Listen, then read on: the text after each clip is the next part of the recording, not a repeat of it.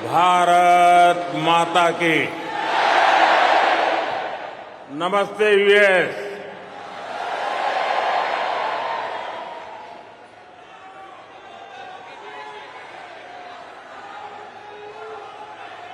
अब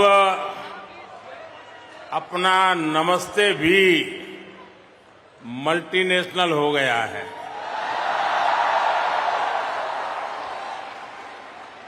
लोकल से ग्लोबल हो गया।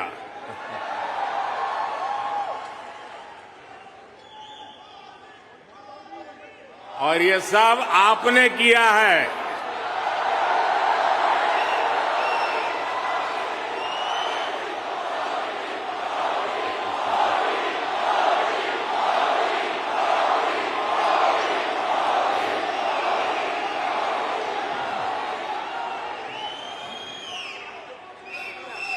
अपने दिल में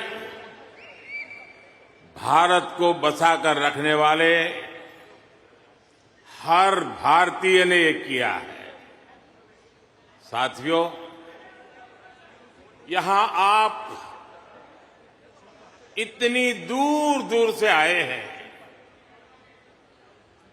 कुछ पुराने चेहरे हैं, कुछ नए चेहरे हैं।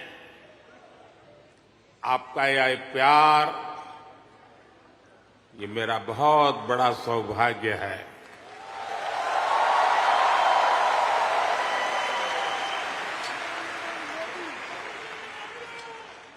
मुझे वो दिन याद आते हैं जब मैं पीएम भी नहीं था, सीएम भी नहीं था, नेता भी नहीं था। उस समय एक जिज्ञासु के तौर पर यहां आप सबके बीच आया करता था। इस धरती को देखना, इसे समझना,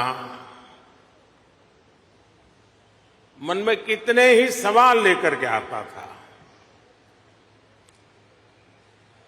जब मैं किसी पद पर नहीं था, उससे पहले भी मैं अमेरिका के करीब करीब 29 स्टेट्स में दौरा कर चुका था।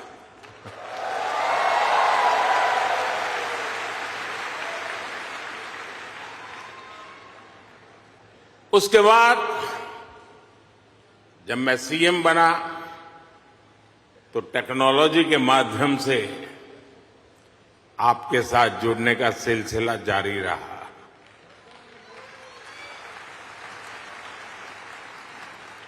पीएम रहते हुए मैंने आपसे अपार स्नेह पाया है, अपनत्व पाया है। 2014 में मेडिसन स्क्वायर,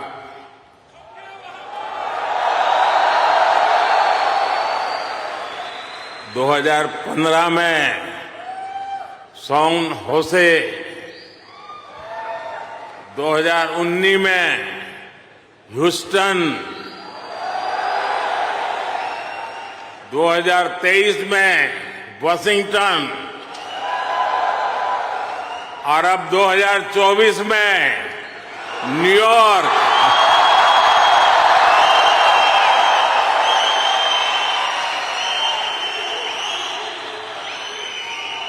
और आप लोग हर बार पिछला रिकॉर्ड तोड़ देते हैं।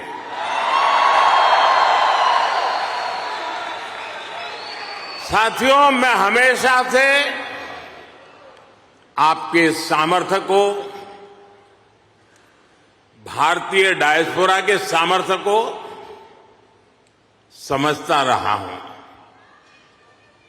जब मेरे पास कोई सरकारी पद नहीं था, तब भी समझता था और आज भी समझता हूं।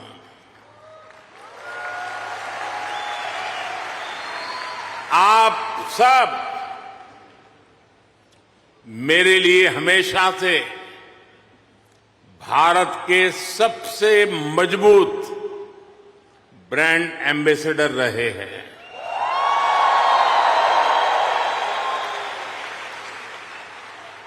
और इसलिए मैं आप सबको राष्ट्रदूत कहता हूं।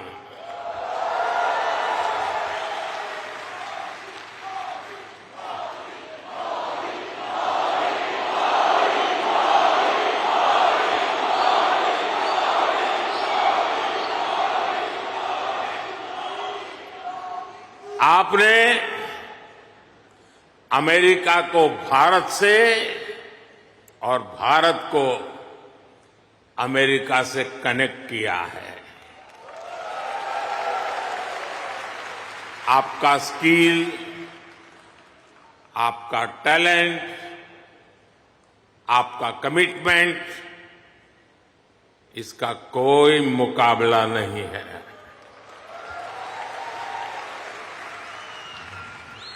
आप 7 समंदर पार भले आए गए हैं, लेकिन कोई समंदर इतना गहरा नहीं जो दिल की गहराइयों में बसे हिंदुस्तान को आपसे दूर कर सके।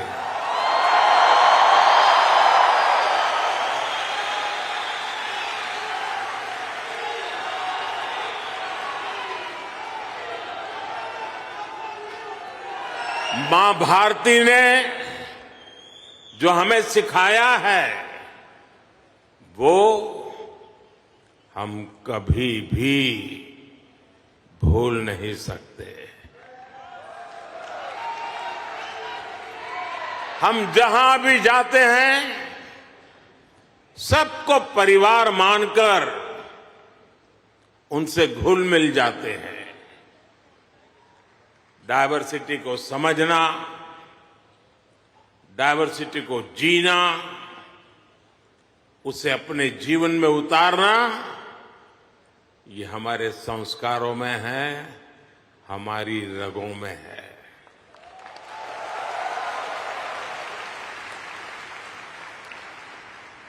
हम उस देश के वासी हैं जहां सैकड़ों भाषाएं हैं, सैकड़ों बोलियां हैं, दुनिया के सारे मत है, पंथ है, फिर भी हम एक बनकर, नेक बनकर आगे बढ़ रहे हैं।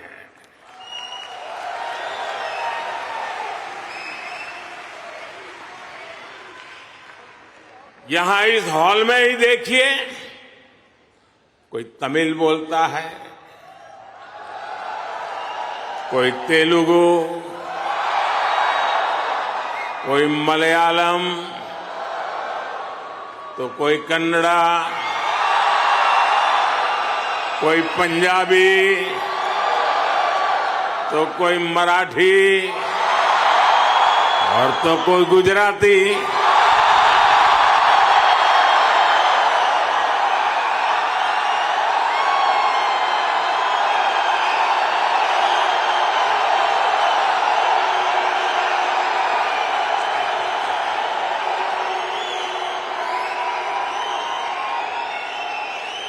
भाषा अनेक है, लेकिन भाव एक है, और वो भाव है भारत माता की। वो भाव है भारतीयता। दुनिया के साथ जुड़ने के लिए ये हमारी सबसे बड़ी स्ट्रेंथ है, सबसे बड़ी ताकत है। यही वैल्यूज हमें सहज रूप से ही विश्व बंधु बनाती है।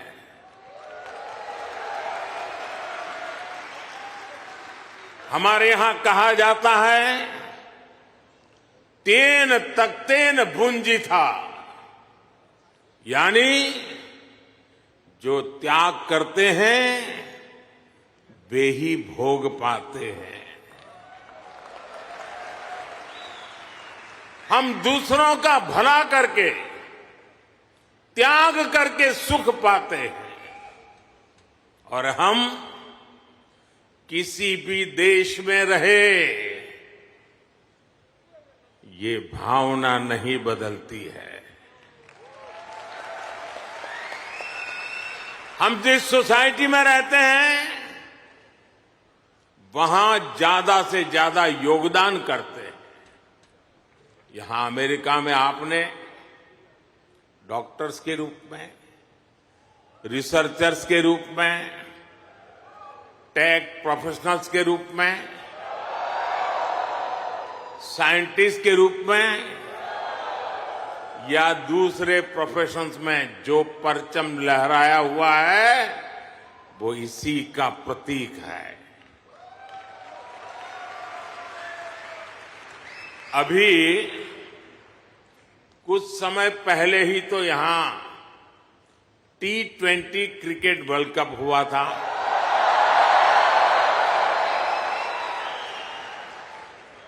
और यूएसए की टीम क्या गजब खेली और उस टीम में यहां रह रहे भारतीयों का जो योगदान था वो भी दुनिया ने देखा है।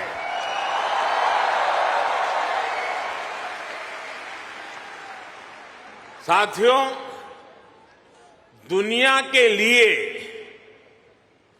एआई का मतलब है आर्टिफिशियल इंटेलिजेंस, लेकिन मैं मानता हूं कि एआई का मतलब है अमेरिकन इंडियन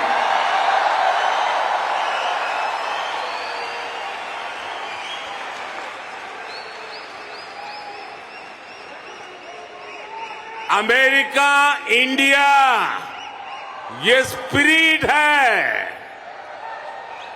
और वही तो नई दुनिया का एआई पावर है।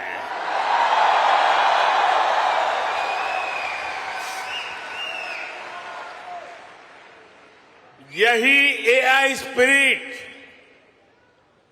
भारत अमेरिका रिश्तों को नई ऊंचाई दे रहा है। मैं आप सभी को, इंडियन डायस्पोरा को सैल्यूट करता हूं।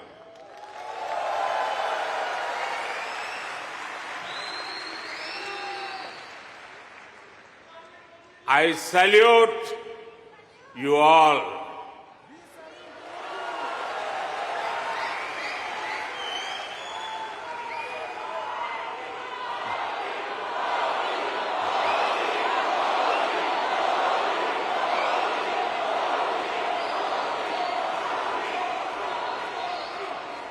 साथियों, मैं दुनिया में जहां भी जाता हूं, हर लीडर के मुंह से भारतीय डायस्पोरा की तारीफ ही सुनता हूं।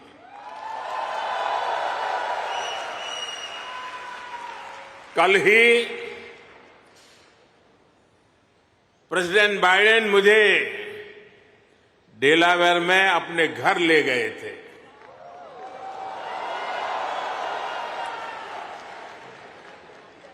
उनकी आत्मीयता, उनकी गर्मजोशी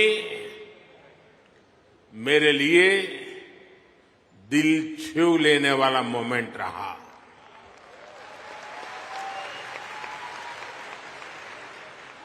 ये सम्मान 140 करोड़ भारतीयों का है।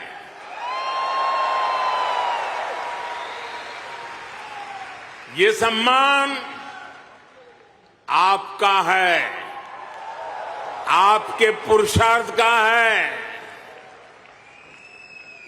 ये सम्मान यहां रहने वाले लाखों भारतीयों का है।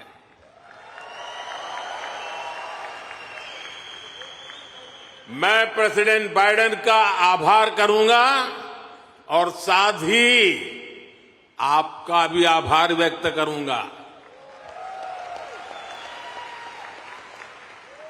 साथियों, 2024 का ये साल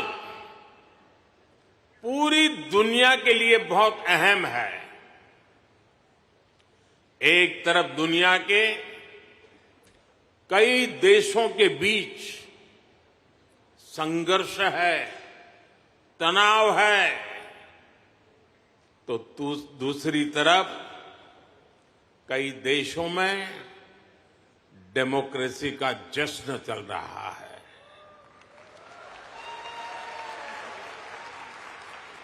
भारत और अमेरिका डेमोक्रेसी के जश्न में भी एक साथ है। जहां अमेरिका में चुनाव होने वाले हैं और भारत में चुनाव हो चुके हैं,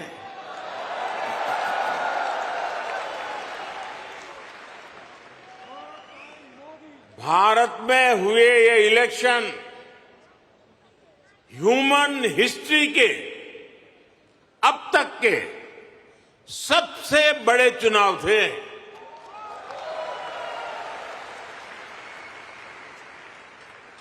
आप कल्पना कर सकते हैं, अमेरिका की कुल आबादी से भी करीब 2 गुने वोटर्स, इतना ही नहीं, पूरे यूरोप की कुल आबादी से ज्यादा वोटर्स, इतने सारे लोगों ने भारत में अपना वोट डाले।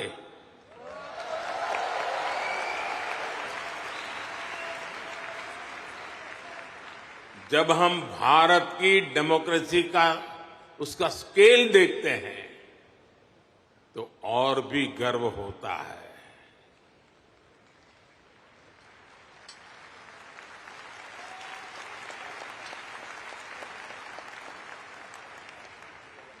तीन महीने का पोलिंग प्रोसेस, 15 मिलियन यानी 1.5 करोड़ लोगों का पोलिंग स्टाफ,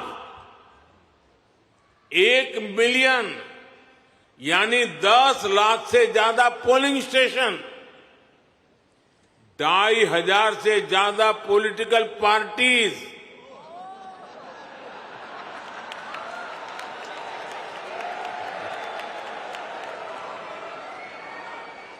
8,000 से ज्यादा कैंडिडेट्स, अलग अलग भाषाओं के हजारों न्यूज़पेपर्स, सैकड़ों रेडियो स्टेशन, सैकड़ों टीवी न्यूज चैनल, करोड़ों सोशल मीडिया अकाउंट्स, लाखों सोशल मीडिया चैनल्स, ये सब भारत की डेमोक्रेसी को वाइब्रेंट बनाते हैं।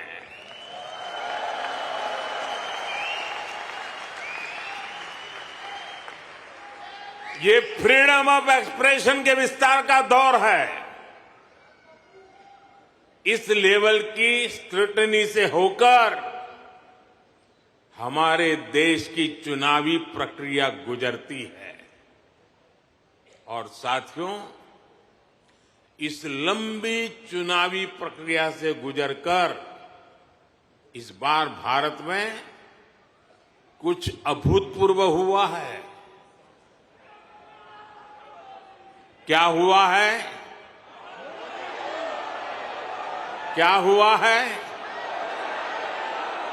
क्या हुआ है? क्या हुआ है? अब की बार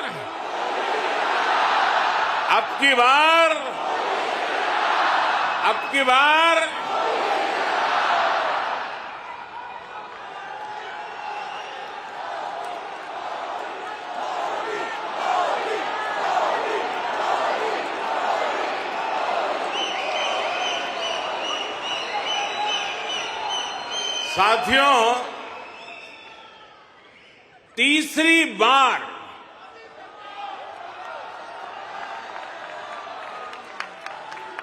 हमारी सरकार की वापसी हुई है।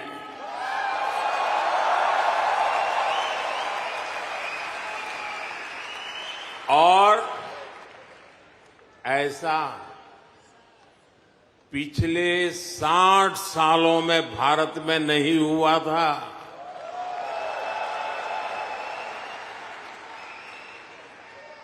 भारत की जनता ने ये जो नया मैंडेट दिया है, उसके मायने बहुत है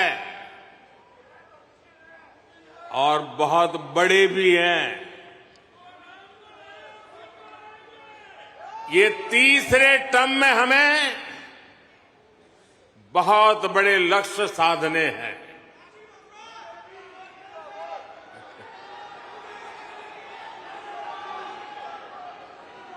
हमें 3 गुना ताकत और 3 गुना गति के साथ आगे बढ़ना है।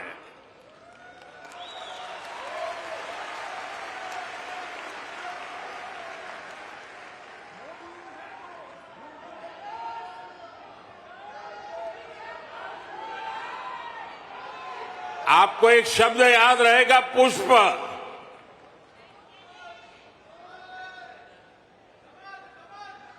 हां, कमल मान लीजिए, मुझे इतराज नहीं है।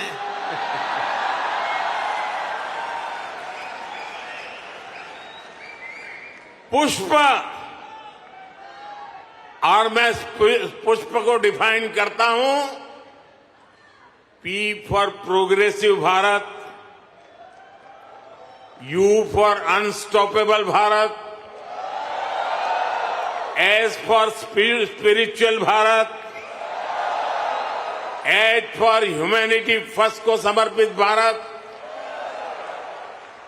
पी फॉर प्रोस्परस भारत, यानी पुष्प। पुष्प की 5 पंखुड़ियों को मिलाकर ही विकसित भारत बनाएंगे। साथियों,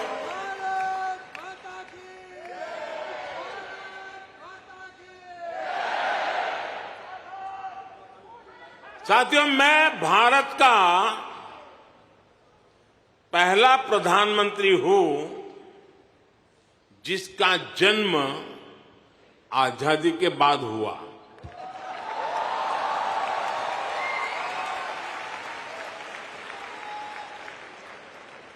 आजादी के आंदोलन में करोड़ों भारतीयों ने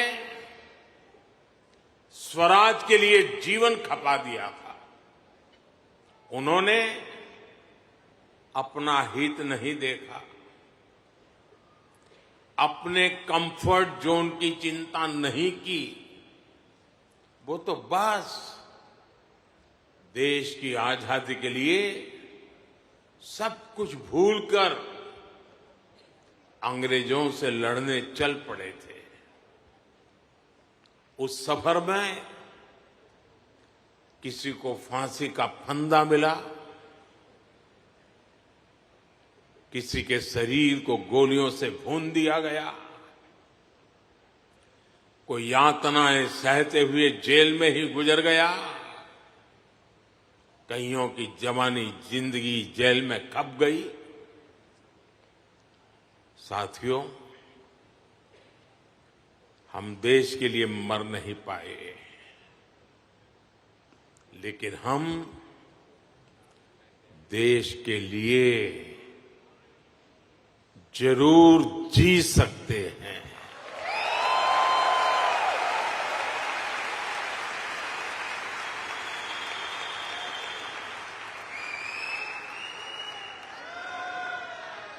मरना हमारे नसीब नहीं था, जीना हमारे नसीब है।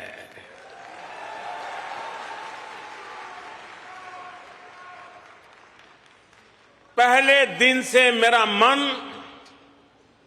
और मेरा मिशन एकदम क्लियर रहा है। मैं स्वराज के लिए जीवन नहीं दे पाया, लेकिन मैंने तय किया सुराज और समृद्ध भारत के लिए जीवन समर्पित करूंगा।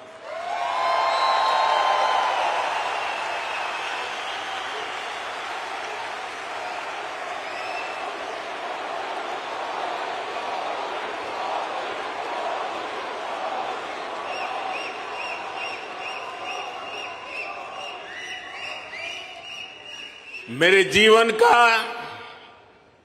एक बहुत बड़ा हिस्सा ऐसा रहा जिसमें मैं सालों साल तक पूरे देश में घूमता रहा, भटकता रहा।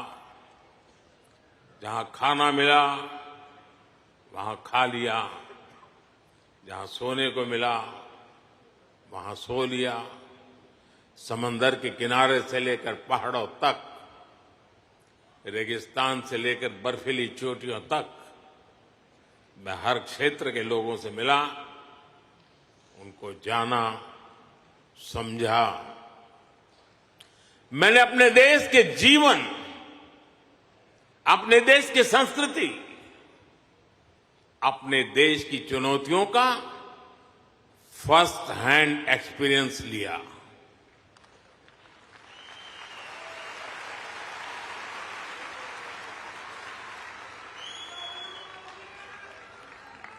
वो भी एक वक्त था जब मैंने अपनी दिशा कुछ और तय की थी, लेकिन नियति ने मुझे राजनीति में पहुंचा दिया। कभी नहीं सोचा था कि एक दिन चीफ मिनिस्टर बनूंगा, और बना तो गुजरात का लॉन्गेस्ट सर्विंग चीफ मिनिस्टर बन गया। 13 साल तक गुजरात का चीफ मिनिस्टर रहा। इसके बाद लोगों ने प्रमोशन देकर मुझे प्राइम मिनिस्टर बना दिया।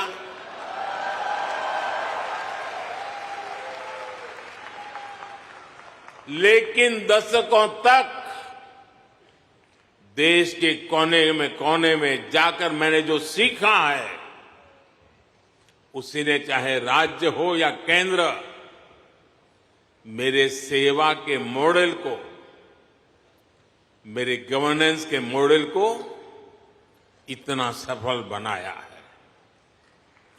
पिछले 10 साल में इस गवर्नेंस मॉडल की सफलता आपने देखी है, पूरी दुनिया ने देखी है, और अब देश के लोगों ने बहुत बड़े भरोसे के साथ मुझे ये तीसरा टर्म सौंपा है।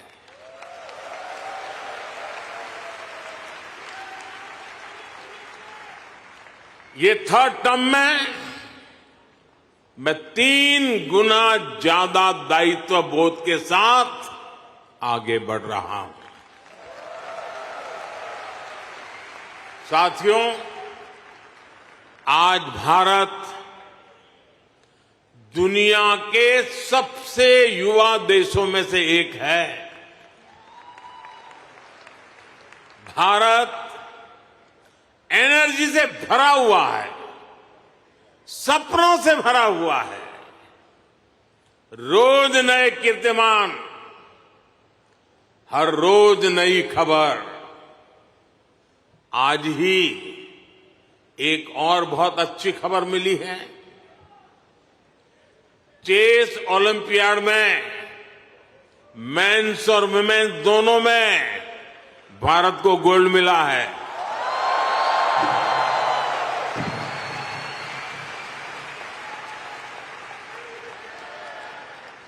लेकिन एक और बात बताऊं, जब ज्यादा तालियां बजानी पड़ेगी। ये लगभग 100 साल के इतिहास में पहली बार हुआ है।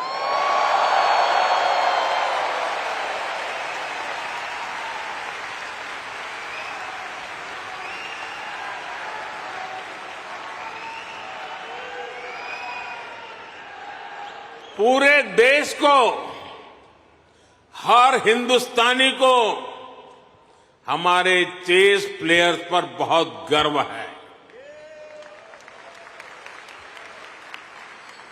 एक और एआई है जो भारत को ड्राइव कर रही है, और वो कौन सा और है?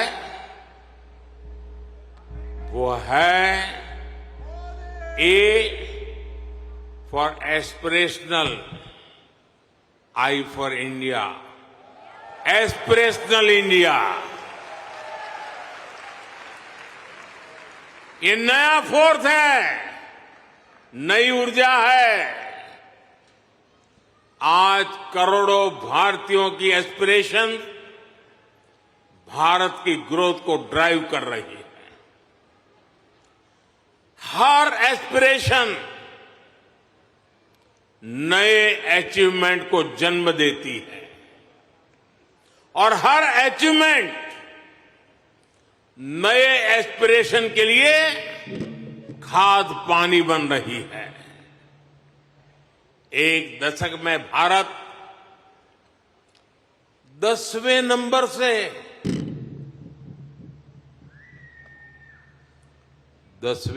से 5वें नंबर की इकोनॉमी बन गया।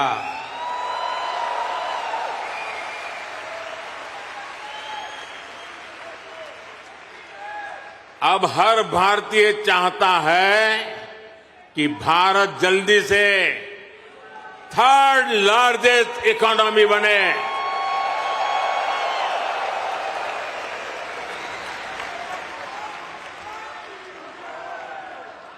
आज देश के एक बहुत बड़े वर्ग की बेसिक नीड्स पूरी हो रही है। पिछले 10 साल में करोड़ों लोगों को क्लीन कुकिंग गैस की सुविधा मिली है। उनके घर तक पाइप से साफ पानी पहुंचने लगा है। उनके घर में बिजली कनेक्शन पहुंचा है। उनके लिए करोड़ों टॉयलेट्स बने हैं। ऐसे करोड़ों लोग अब क्वालिटी लाइफ चाहते हैं। साथियों, अब भारत के लोगों को सिर्फ रोड नहीं, उन्हें शानदार एक्सप्रेस वे चाहिए।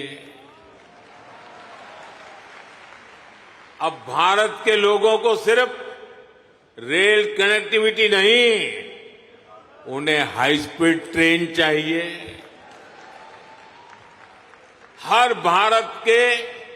भारत के हर शहर की अपेक्षा है उसके यहां मेट्रो चले।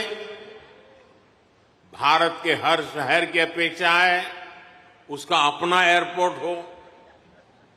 देश का हर नागरिक, हर गांव शहर चाहता है कि उसके यहां दुनिया की बेस्ट सुविधाएं हो,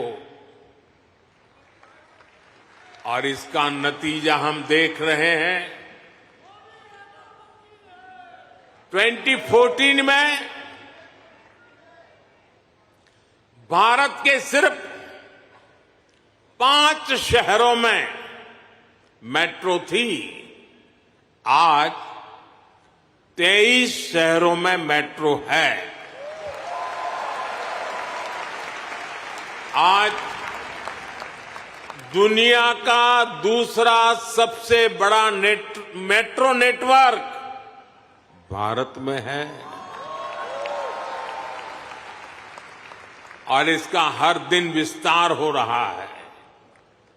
साथियों, 2014 में भारत के सिर्फ 70 शहरों में 70 शहरों में एयरपोर्ट्स थे। आज 140 से ज्यादा शहरों में एयरपोर्ट्स है।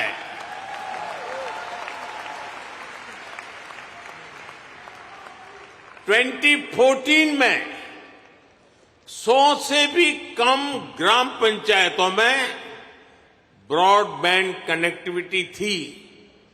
100 से भी कम। आज 2 लाख से भी ज्यादा पंचायतों में ब्रॉडबैंड कनेक्टिविटी है। 2014 में भारत में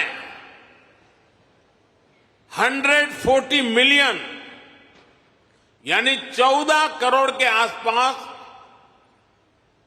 एलपीजी कंज्यूमर थे। आज भारत में 310 मिलियन यानी 31 करोड़ से ज्यादा एलपीजी कंज्यूमर है। जिस काम में पहले सालों लग जाते थे, वो काम अब महीनों में खत्म हो रहा है।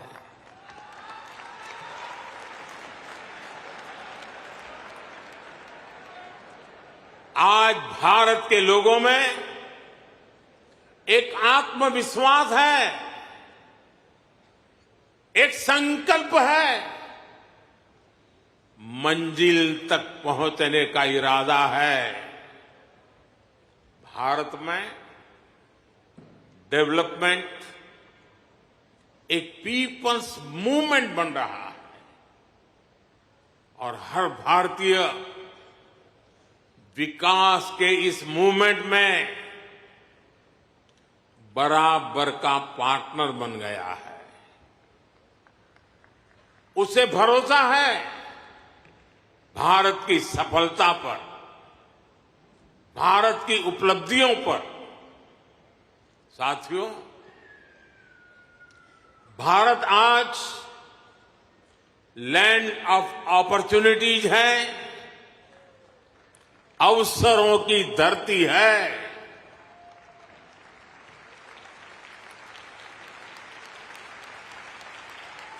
अब भारत अवसरों का इंतजार नहीं करता, अब भारत अवसरों का निर्माण करता है।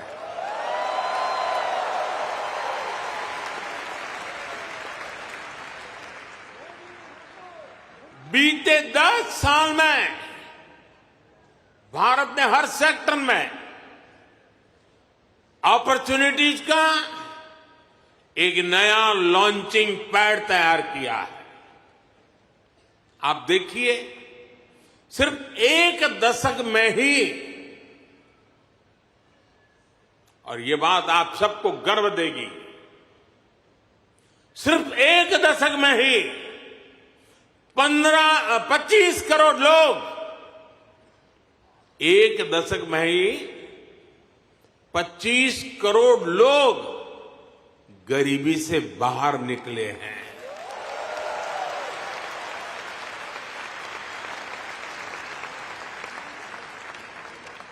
ये कैसे हुआ?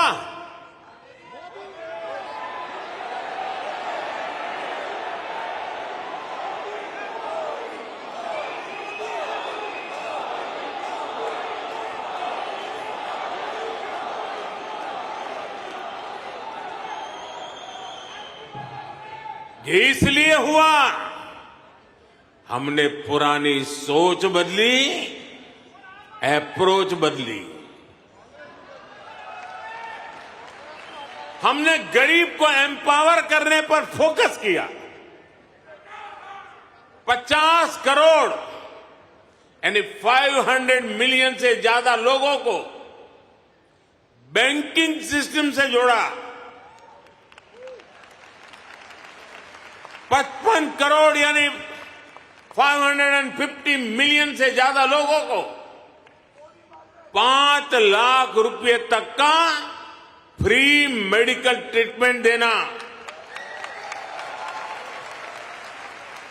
4 करोड़ यानी 40 मिलियन से ज्यादा फैमिलीज को पक्के घर देना। कोलेटरल फ्री लोन्स का सिस्टम बनाकर करोड़ों लोगों को ईज ऑफ क्रेडिट से जोड़ना। ऐसे अनेकों काम हुए, तब इतने लोगों ने खुद ने गरीबी को हराया।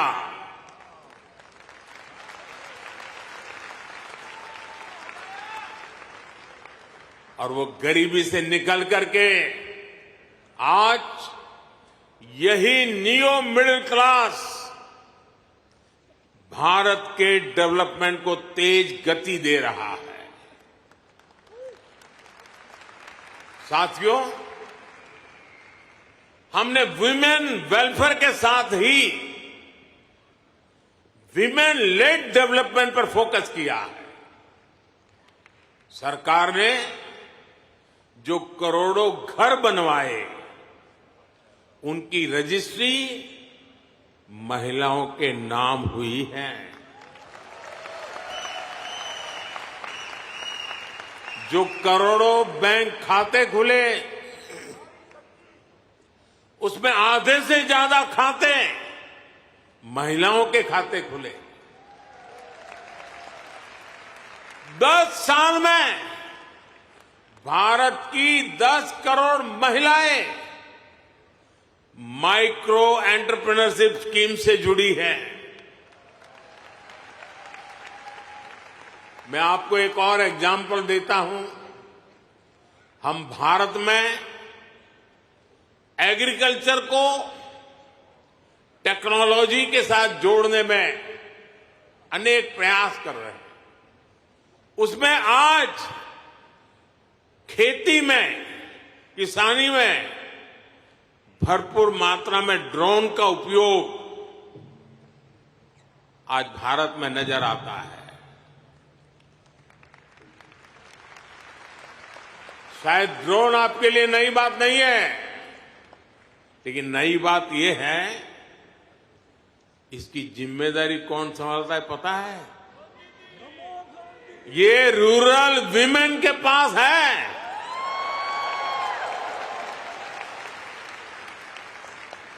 हम हजारों महिलाओं को ड्रोन पायलट्स बना रहे हैं। एग्रीकल्चर में टेक्नोलॉजी का ये बहुत बड़ा रिवॉल्यूशन गांव की महिलाएं लेकर आ रही है। साथियों, जो एरियाज पहले निग्लेक्टेड थे, वो आज देश की प्रायोरिटी है। आज भारत जितना कनेक्टेड है, उतना पहले कभी नहीं रहा। आप हैरान होंगे, आज भारत का 5G मार्केट, बताऊं?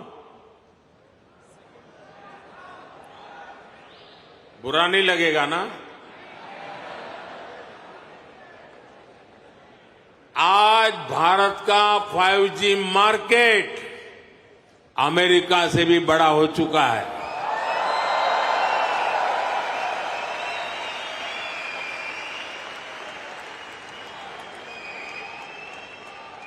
और ये 2 साल के भीतर भीतर हुआ है।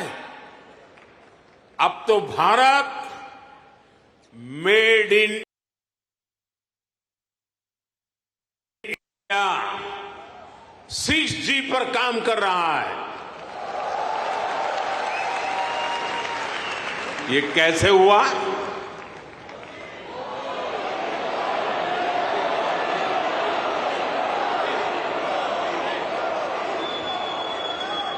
ये इसलिए हुआ क्योंकि हमने इस सेक्टर को आगे बढ़ाने के लिए पॉलिसीज बनाई। हमने मेड इन इंडिया टेक्नोलॉजी पर काम किया। हमने सस्ते डेटा पर मोबाइल फोन मैन्युफैक्चरिंग पर फोकस किया। आज दुनिया का करीब करीब हर बड़ा mobile brand made in India है। आज भारत दुनिया का दूसरा सबसे बड़ा मोबाइल मैन्युफैक्चरर है। एक जमाना था मेरे आने से पहले, जब हम मोबाइल इंपोर्टर थे। आज हम मोबाइल एक्सपोर्टर बन गए हैं। साथियों, अब भारत पीछे नहीं चलता। अब भारत नई व्यवस्थाएं बनाता है। अब भारत नेतृत्व करता है। भारत ने डिजिटल पब्लिक इंफ्रास्ट्रक्चर डीपीआई का नया कंसेप्ट दुनिया को दिया है। डीपीआई ने इक्वेलिटी को प्रमोट किया है। ये करप्शन को कम करने का भी बहुत बड़ा माध्यम बन गया है। भारत का यूपीआई आज पूरी दुनिया को आकर्षित कर रहा है।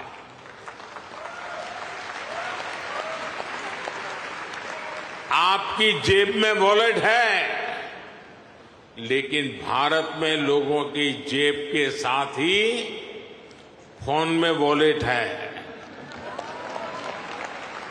ई वॉलेट है।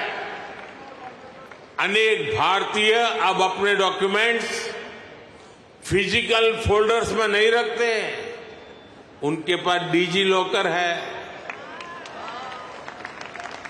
वो एयरपोर्ट पे जाते हैं तो डिजी यात्रा से सीमलेस ट्रैवल करते हैं। ये digital public infrastructure jobs, innovation और इससे जुड़ी हर टेक्नोलॉजी का लॉन्चिंग पैड बन गया है।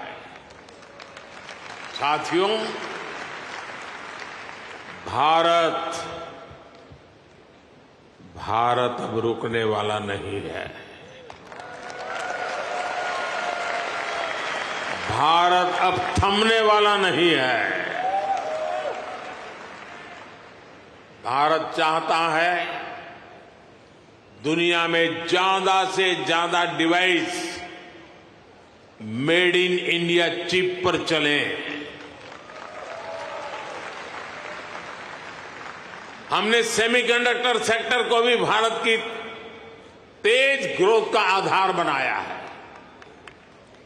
पिछले साल जून में भारत ने सेमीकंडक्टर सेक्टर के लिए इंसेंटिव घोषित किए थे। इसके कुछ ही महीनों बाद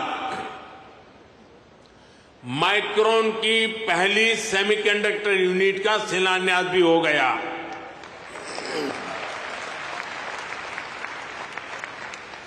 अब तक भारत में ऐसी 5 यूनिट्स स्वीकृत हो चुकी हैं।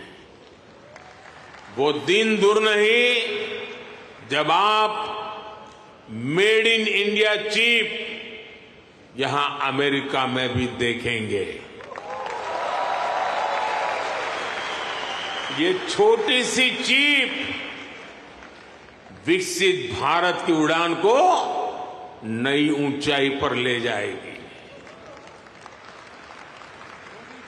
और ये मोदी की गारंटी है।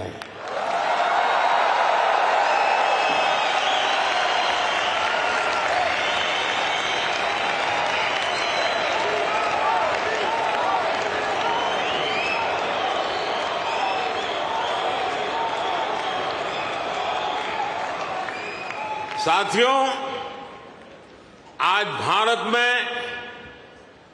रिफॉर्म्स के लिए जो कन्विक्शन, जो कमिटमेंट है, वो अभूतपूर्व है। हमारा ग्रीन एनर्जी ट्रांजिशन प्रोग्राम इसका बहुत बड़ा उदाहरण है। दुनिया की 17% पॉपुलेशन होने के बावजूद ग्लोबल कार्बन एमिशन में भारत की हिस्सेदारी सिर्फ 4% है। दुनिया को बर्बाद करने में हमारा कोई रोल नहीं है।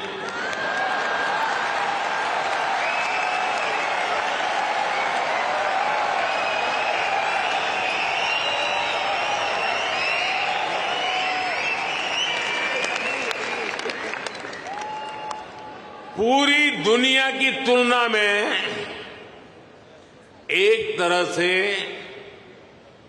यानी कह सकते हैं ना के बराबर है। हम भी सिर्फ कार्बन फ्यूल जलाकर अपनी ग्रोथ को सपोर्ट कर सकते थे, लेकिन हमने ग्रीन ट्रांजिशन का रास्ता चुना। प्रकृति प्रेम के हमारे संस्कारों ने हमें गाइड किया, इसलिए हम solar, wind, hydro, green hydrogen और न्यूक्लियर एनर्जी पर इन्वेस्टमेंट कर रहे हैं। आप देखिए, भारत G20 का ऐसा देश है जिसने पेरिस क्लाइमेट गोल्स को सबसे पहले पूरा कर दिया।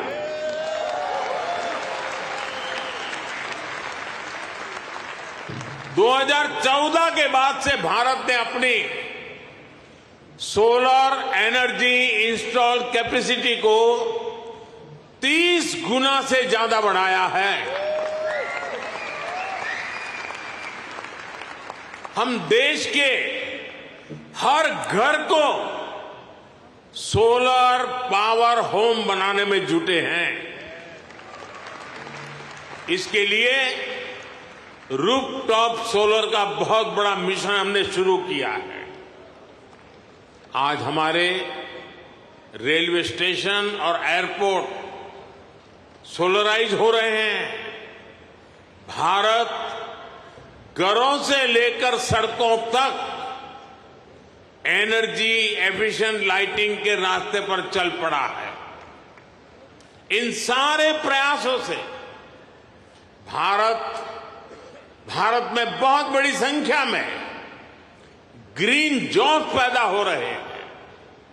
साथियों, 21वीं सदी का भारत एजुकेशन, स्किल, रिसर्च और इनोवेशन के दम पर आगे बढ़ रहा है।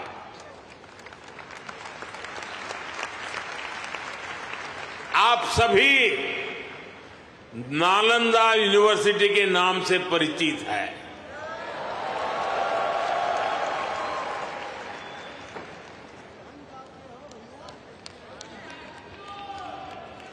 कुछ समय पहले ही भारत की प्राचीन नालंदा यूनिवर्सिटी नए अवतार में सामने आई है।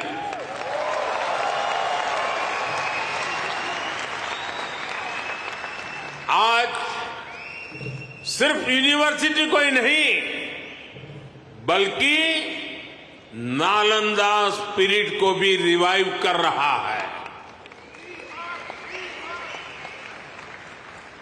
पूरी दुनिया के स्टूडेंट्स भारत आकर पढ़े, हम इस तरह का आधुनिक इकोनॉमिक सिस्टम बना रहे हैं। बीते 10 साल में भारत में, ये भी जरा आप लोगों को याद रखने जैसी बात बताता हूं मैं, बीते 10 साल में भारत में हर सप्ताह एक यूनिवर्सिटी बनी है।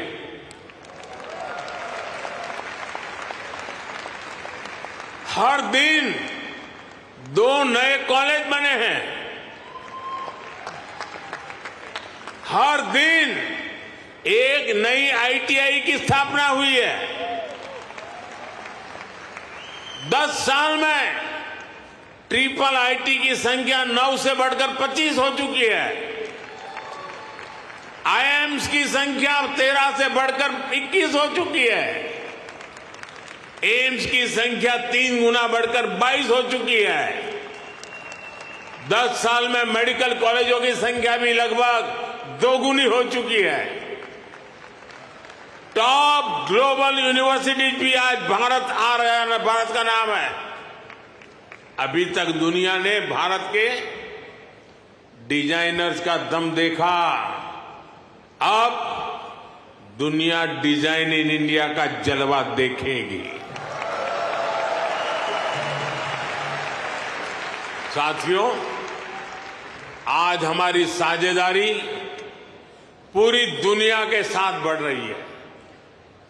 पहले भारत सबसे समान दूरी की नीति पर चलता था, इक्वल डिस्टेंस।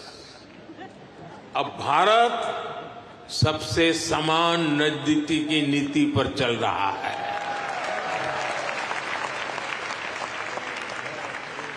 हम ग्लोबल साउथ की भी बुलंद आवाज बन रहे हैं। आपने देखा होगा, भारत की पहल पर G20 समिट में अफ्रीकन यूनियन को स्थायी सदस्यता मिली। आज जब भारत ग्लोबल प्लेटफॉर्म पर कुछ कहता है तो दुनिया सुनती है।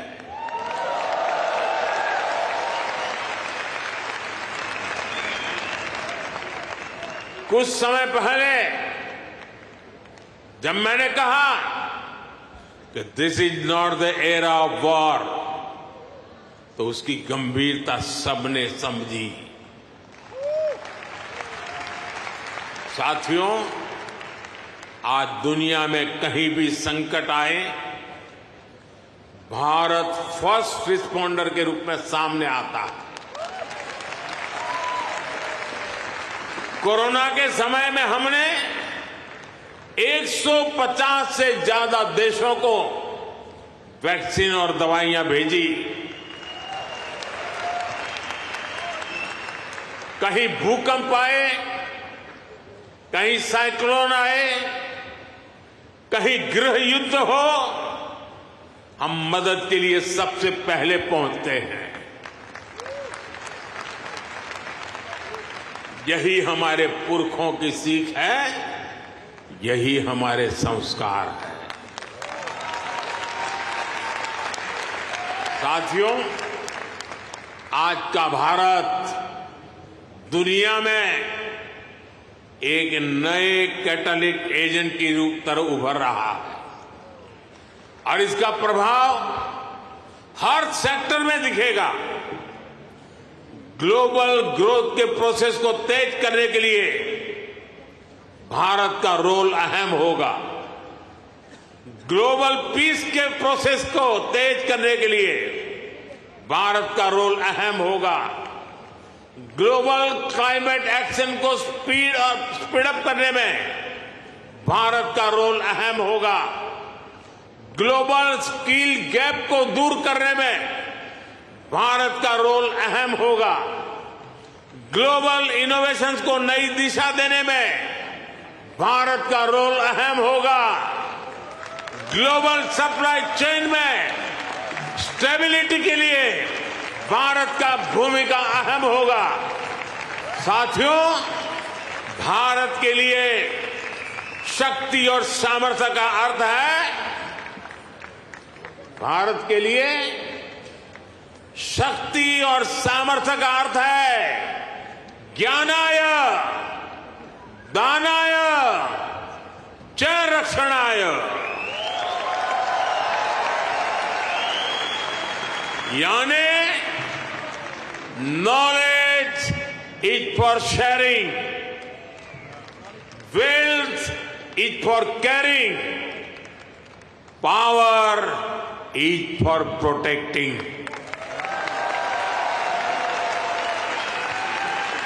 इसलिए भारत की प्राथमिकता दुनिया में अपना दबाव बढ़ाने की नहीं, अपना प्रभाव बढ़ाने की है।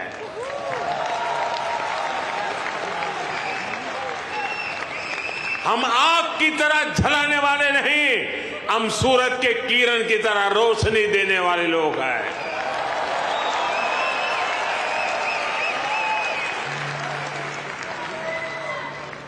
हम विश्व पर अपना दबदबा नहीं चाहते, हम विश्व की समृद्धि में अपना सहयोग बढ़ाना चाहते हैं। योग को बढ़ावा देना हो, सुपर फूड मिलेट्स को बढ़ावा देना हो, मिशन लाइफ यानी लाइफ स्टाइल फॉर एनवायरमेंट का विजन हो, भारत जीडीपी सेंट्रिक ग्रोथ के साथ ही ह्यूमन सेंट्रिक ग्रोथ को भी प्राथमिकता दे रहा है। मेरा आपसे भी आग्रह है, यहां मिशन लाइफ को ज्यादा से ज्यादा प्रमोट करिए। हम अपनी लाइफस्टाइल में थोड़े से बदलाव करके भी पर्यावरण की बहुत मदद कर सकते हैं। शायद आपने सुना होगा और हो सकता है आप में से कुछ लोगों ने इनिशिएटिव लिया भी हो, आजकल भारत में एक पेड़ मां के नाम, अपनी मां को याद करते हुए एक पेड़ लगाना। मां जिंदा है तो साथ ले जाना, मां नहीं है तो तस्वीर ले जाना। एक पेड़ मां के नाम लगाने का अभियान आज देश के हर कोने कोने में चल रहा है और मैं चाहूंगा आप सभी यहां भी ऐसा अभियान चलाएं।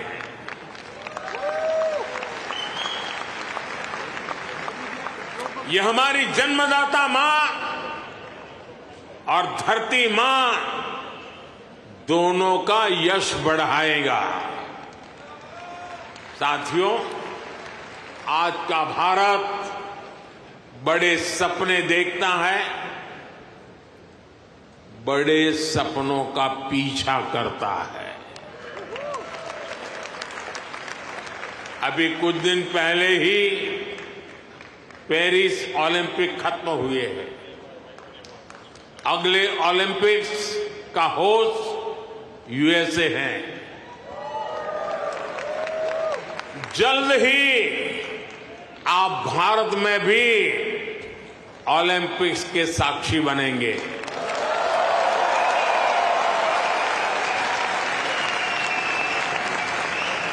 हम 2036 के ओलंपिक्स की मेजबानी के लिए हर संभव प्रयास कर रहे हैं। स्पोर्ट्स हो, बिजनेस हो या फिर एनवायरमेंट, एंटरटेनमेंट, आज भारत बहुत बड़े आकर्षण का केंद्र है। आज आईपीएल जैसी भारत की लीग्स दुनिया की टॉप लीग्स में से एक है। भारत की फिल्में ग्लोबली धूम मचा रही हैं। भारत आज ग्लोबल टूरिज्म में भी परचम लहरा रहा है। दुनिया के अलग अलग देशों में भारत के त्योहार मनाने की होड़ है। मैं देख रहा हूं इन दिनों हर शहर में लोग नवरात्रि का गरबा सीख रहे हैं।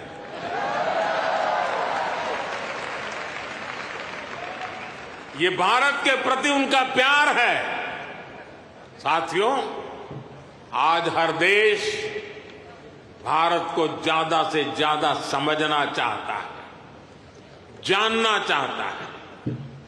आपको एक और बात जानकर खुशी होगी, कल ही अमेरिका ने हमारे करीब 300 पुराने जो शिलालेख और मूर्तियां थी जो कभी हिंदुस्तान से कोई चोरी कर गया होगा, कोई 1500 साल पुरानी, कोई 2000 साल पुरानी, 300 शिलालेख और मूर्तियां भारत को लौटाई है।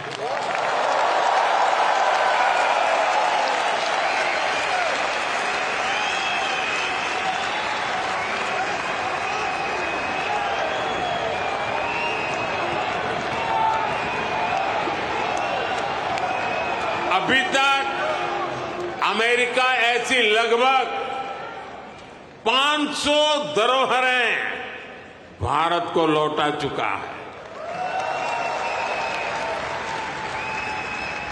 ये कोई छोटी सी चीज लौटाने का विषय नहीं है, ये हमारी हजारों वर्षों की विरासत का सम्मान है।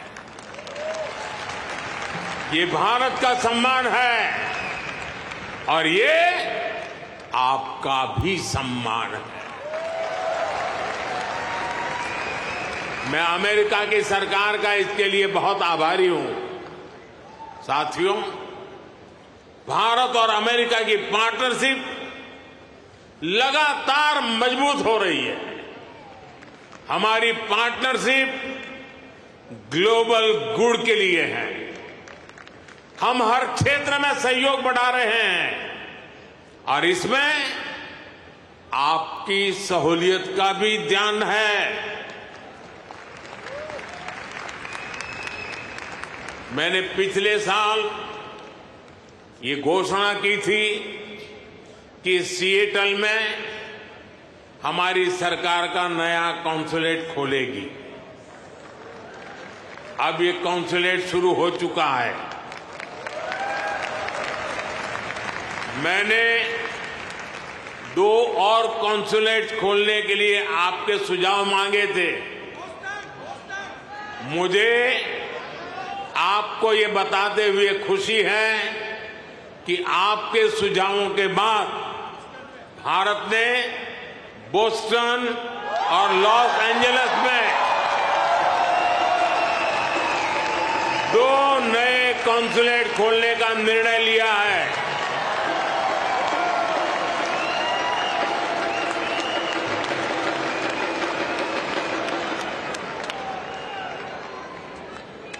मुझे